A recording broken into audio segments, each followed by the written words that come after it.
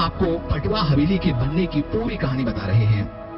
भारत में मुगल शासन के समय आगरा फोर्ट, ताजमहल, दिल्ली का किला, फतेहपुर सीकरी और दिल्ली की जामा मस्जिद के अलावा भी बहुत सारे मकबरे, मस्जिदें बनवाई गईं। जब आगरा में ताजमहल का निर्माण हुआ तो उस समय शाहजहां ने ईरान के कारीगरों को बुलाया था और ताजमहल के निर्माण के बाद उन कारीगरों को काम देने के लिए मुगल शासक कुछ न कुछ निर्माण कार्य करवाते रहते थे। लेकिन 17वीं शताब्दी के बाद मुगलों का पतन शुरू हो गया और 18वीं शताब्दी में पूरे हिंदुस्तान पर अंग्रेजों का शासन हो गया। अंग्रेजों के शासन काल में मुगलों के कारीगरों को काम मिलना बंद हो गया।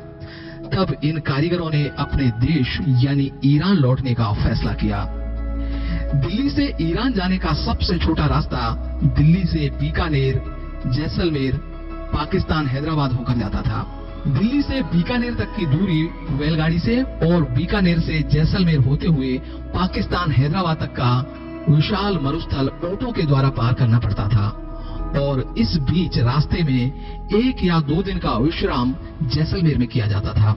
जब मुगलों के शाही कारीगरों का ऊंटों का कारवां जैसलमेर पहुंचा तो यहाँ के महारावल को सूचना दी गई कि मुगलों के शाही कारीगर अपने देश यानी ईरान जा रहे हैं और 1 दिन का विश्राम जैसलमेर में करेंगे।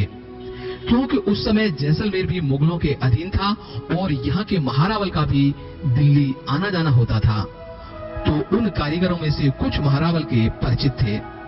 मुगलों के उन कारीगरों ने महारावल से मुलाकात की तो महारावल ने इन कारीगरों के आओ भगत कर कुछ दिन जैसलमेर में रुकने का अनुरोध किया।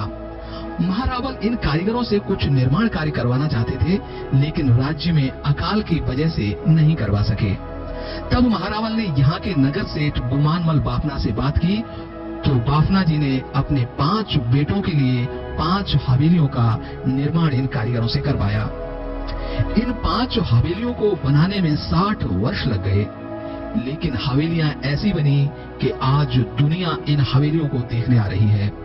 60 वर्ष गुजर जाने के बाद इन कारीगरों को यहाँ कुछ और काम मिलने लगा और वो यहीं बस गए।